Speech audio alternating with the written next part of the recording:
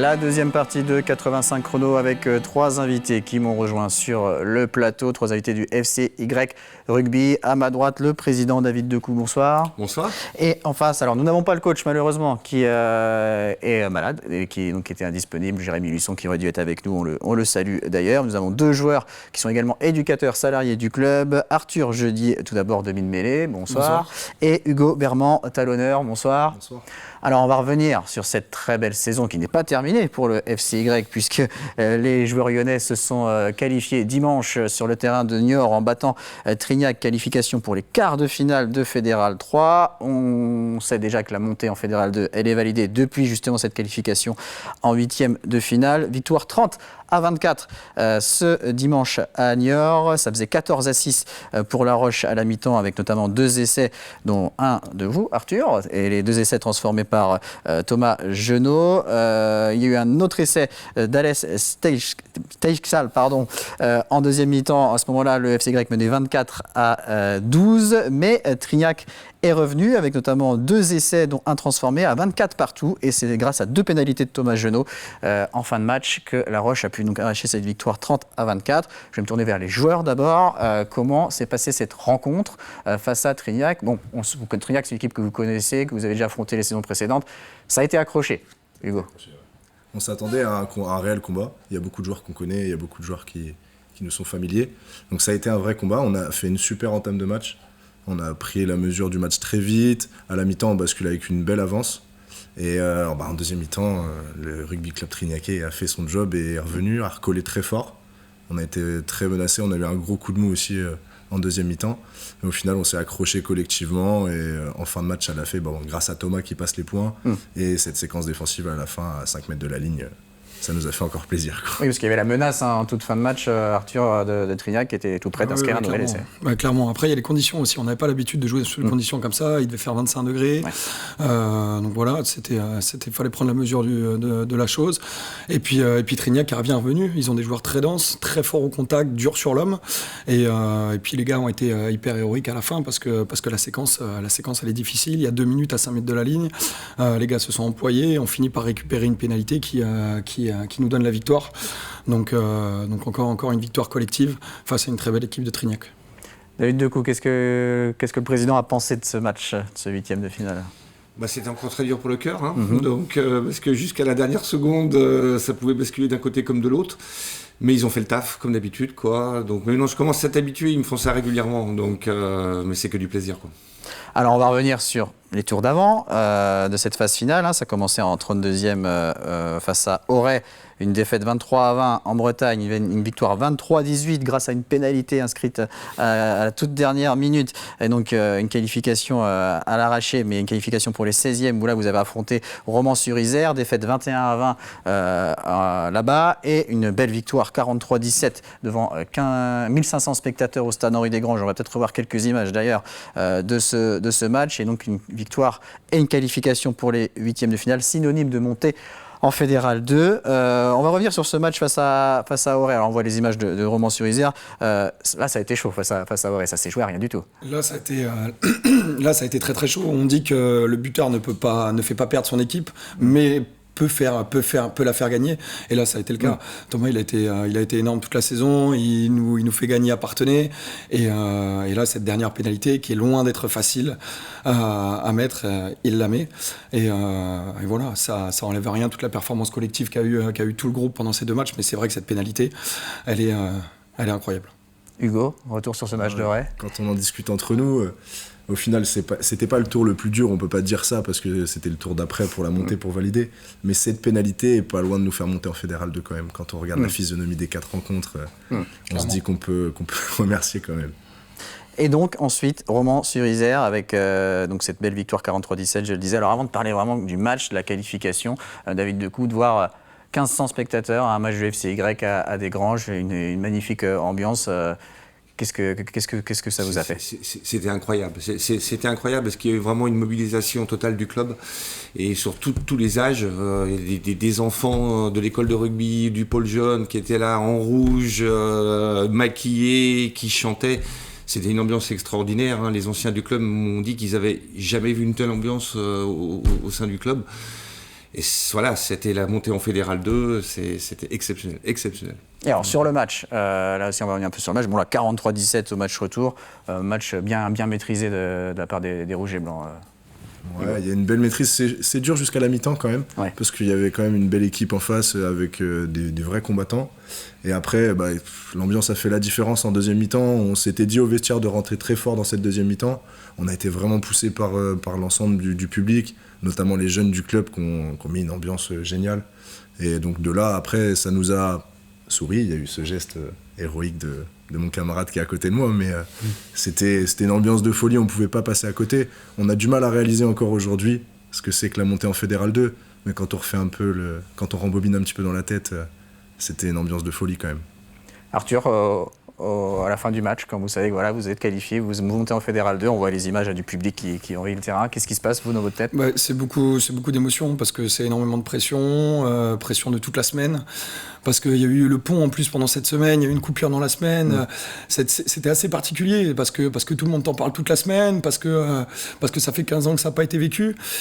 Et donc forcément, quand tout retombe, les émotions retombent. Tout le monde envahit le terrain, c'est magique, c'est magnifique. Mais tu commences par aller saluer quand même l'équipe de Romans parce que eux aussi voulaient monter en Fédéral 2, donc difficile aussi pour eux. Et ça a été 2 superbes rencontres, que ce soit à l'aller ou que ce soit au retour, ça a été deux super rencontres. Et voilà, énormément de fierté et beaucoup de bonheur. Alors, on aura la réaction du président dans quelques instants, mais on va rester sur ces images de joie et de fête à l'issue de ce match face à Romans-sur-Isère. On va écouter d'abord la réaction juste après le match d'un autre joueur, Thomas Renaud, et puis cette fameuse licorne qui est entonnée après chaque victoire du FCY au stade Henri Desgranges. Regardez. Ça c'est beau, il y a toute une ville qui attendait ça, donc c'est cool. Là, vu le monde qu'il y avait, d'ailleurs on les remercie, c'était vraiment très très sympa. Nous, cette année, on ne demandait rien, on demandait juste à être qualifiés en phase finale. Qu'on soit en fait 2, c'est exceptionnel. On n'y pense pas encore.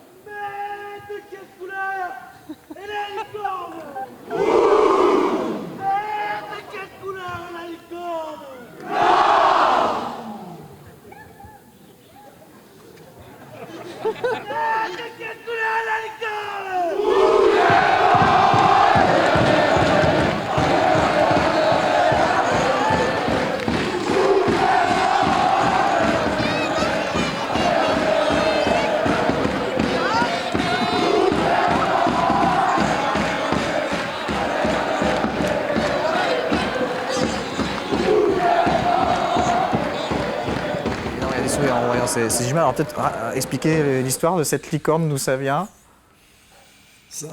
C'est ancestral là. Enfin non, pas si ancestral ça. Je crois qu'il y a 7 ans, 8 ans en arrière, en fait, vous voyez le chanteur Mathieu Racco, en fait, qui lors d'une soirée, je crois, un peu festive, a chanté ça, et c'est devenu en fait le chant de la victoire de l'équipe qui a retenti pas mal de fois cette année, quoi.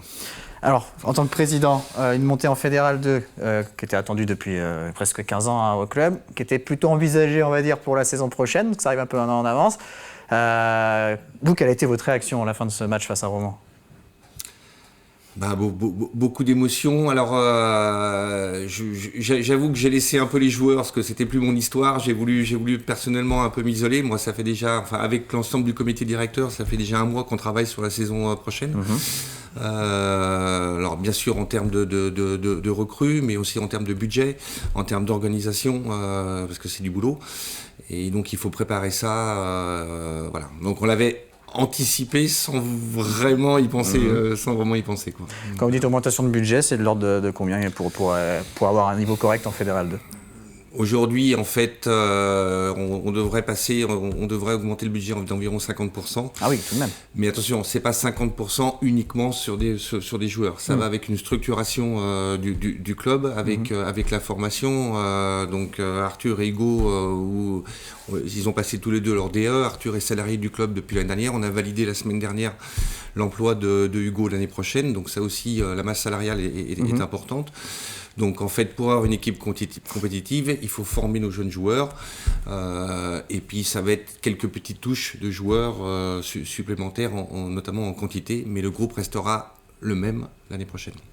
Alors, avant de parler de Fédéral 2, il faut finir cette saison de Fédéral 3. Comment ça se passe? Parce que c'est vrai que c'est particulier. Tous les clubs qualifiés pour les huitièmes de finale ont validé leur montée. Maintenant, vous jouez pour, on va dire, le titre de champion de Fédéral 3.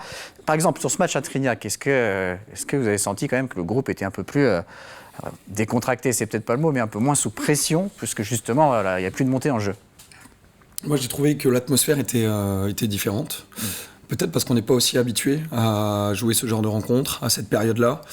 Je pense à des clubs, par exemple, on parle toujours du Sud, mais effectivement, le Sud est beaucoup plus représenté quand on arrive à ces niveaux de compétition. Et c'est des joueurs qui ont l'habitude, en fait, de passer étape après étape et de se retrouver dans ce genre de rencontre. Donc effectivement, l'atmosphère était un peu différente.